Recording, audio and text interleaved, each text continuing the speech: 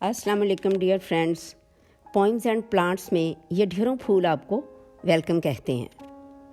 Friends, Shakespeare ने कहा था कि नाम में क्या रखा है। आप गुलाब को किसी नाम से भी पुकारो वो गुलाब ही रहेगा, क्योंकि गुलाब की पहचान तो उसकी खुशबू है। वैसे भी गुलाब तो फूलों का बादशाह है।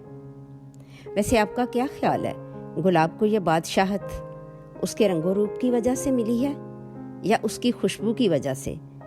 कमेंट्स करके गुलाब की बादशाहत के बारे में ज़रूर बताइए, क्योंकि कुछ लोगों का ख्याल है कि सीरत ना हो तो आर्ज़ू और रुखसार सब गलत, खुशबू जोड़ गई तो गुल फ़कत रंग रह गया। जबकि खुशबू की शायरा परवीन शाकिर फूल के लिए भी इतनी ही हमदर्दी रखती हैं जितनी खुशबू के लिए, और वो कहती हैं कि वो तो खुशबू है, हवाओं में बिखर जाएगा, मसला फूल का है, फूल किधर जाएगा। गुलाब का जिक्र हो तो इनके साथ जुड़े मशहूर ज़माना कांटे तो दिल में खटकते ही हैं। साइंस कहती है कि ये कांटे फूलों की हिफाजत के लिए होते हैं। अब आप खुद ही बताइए, क्या ये अपना काम ठीक तरह से करते हैं? क्योंकि दुनिया में सबसे ज़्यादा तोड़े जाने वाला फूल जो है वो गुलाब ही का फूल है।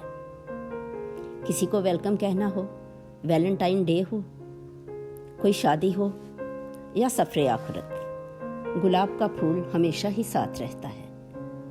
गुलाब हाथ में हो, आँख में सितारा हो, कोई वजूद मोहब्बत का इस्तारा हो। ये देसी गुलाब है और इसकी खुशबू दूर दूर तक जाती है।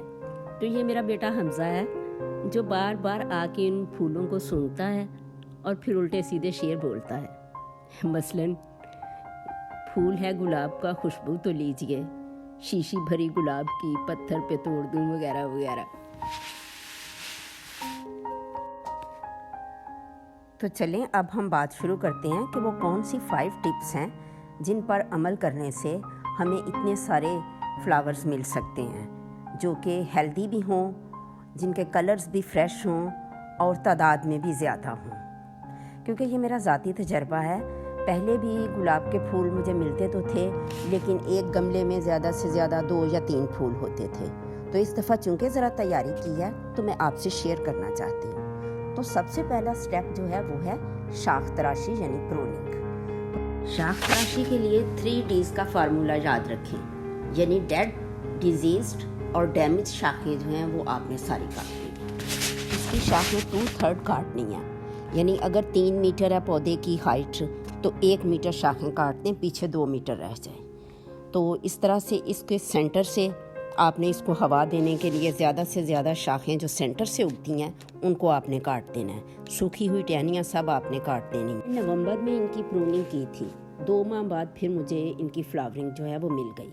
अब आते हैं इसकी फर्टिलाइज़र की तरफ। तो फर्टिलाइज़र इसके लिए जो बेस्ट है वो आपकी किचन कंपोस्ट है या गोबर की खाद इसके लिए बेस्ट है। ये एक हैवी ईटर पौधा है और इसको ज़्यादा खुराक की ज़रूरत होती है। जितनी ज़्यादा खुराक देंगे उतनी ही अच्छे फूल और सेहतमंद फूल आपको मिलेंगे। तो आप गोडी करके पौधे को अच्छी सी खुराक दे दीजिए। नंबर 3 वो है पौधे के लिए सनलाइट।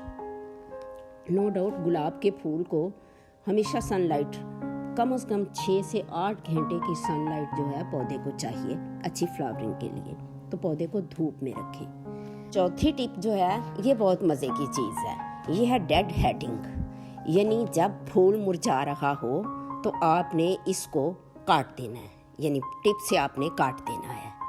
तो मज़े की बात यह है कि जहाँ से आप काटेंगे वहाँ से 3 बड्स निकलेंगी न्यू।